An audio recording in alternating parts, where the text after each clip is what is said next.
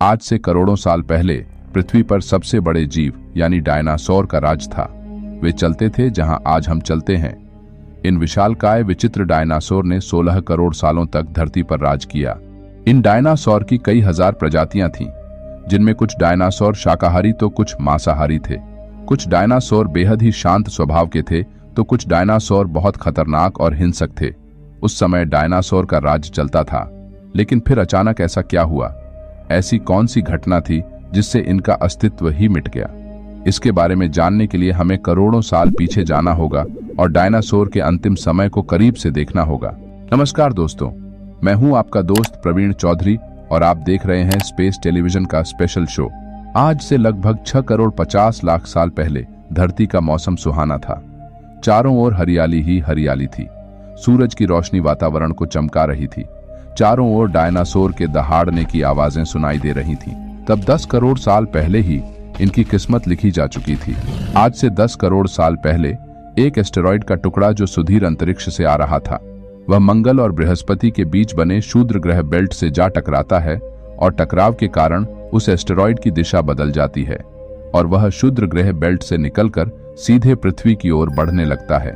यदि यह एस्टेरॉयड पृथ्वी के उपग्रह चांद से टकराता तो शायद डायनासोर का अंत ना होता, लेकिन कुदरत को कुछ और ही मंजूर था। इसीलिए यह बड़ा एस्टेरॉयड चांद के बहुत नजदीक से निकल गया था। जब यह एस्टेरॉयड पृथ्वी के वातावरण के संपर्क में आया तो इसकी रफ्तार बहुत तेज हो गई। पृथ्वी के वायुमंडल में आते ही घर्षण की वजह से यह खतरनाक आग के गोले में बदल गया। इसकी चमक के कारण यह जीव इसे देख नहीं पा रहे थे, लेकिन इसकी गर्मी को महसूस कर रहे थे। कुछ देर बाद यह एस्टेरॉयड मेक्सिको की खाड़ी के पास की जमीन से जा टकराता है और 35,000 डिग्री सेंटीग्रेड की ऊर्जा वाला एक भयानक विस्फोट होता है। इस टकराव का विस्फोट लगभग 10 हाइड्रोजन बम के विस्फोट के बराबर था। यह विस्फोट इतना शक्तिशाली था कि इसके टकराते ही धरती की लाखों टन धातु अंतरिक्ष में चली गई। टकराव वाली जगह पर 180 किलोमीटर लंबा और 20 किलोमीटर गहरा गड्ढा बन गया। विस्फोट के कारण इस गड्ढे का सारा मेटल और पत्थर आसमान में धूल के एक बड़े बादल में बदल गए। टकराव के 16 मिनट 40 सेकंड बाद धरती के अंदर चारों तरफ 11.1 तीव्रता की भूकंपीय तरंगें उठने लगी, जिस कारण समुद्र में विशालकाय लहरों का निर्माण हुआ और सुनामी की लहरें चारों तरफ बढ़ने लगी।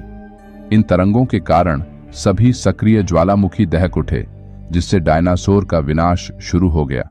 धरती के महाविनाश की प्रक्रिया आरंभ हो चुकी थी। इस भयानक विस्फोट के कारण से रेडिएशन की मात्रा इतनी बढ़ गई, इसके 800 किलोमीटर के संपर्क में आने वाले सभी जीव जलकर राख बन गए। इस महाविनाश में उड़ने वाले डायनासोर इन जमीनी आफत से तो बच निकले, लेकिन यह तो बस शुरुआत थी। विस्फोट की वजह से जो लाखों टन मेटल, पत्थर और धूल अंतरिक्ष में गया था, वह ग्रेविटेशनल पुल के कारण 40 मिनट बाद आग के गोले बनकर पूरी धरती पर बरसने लगे।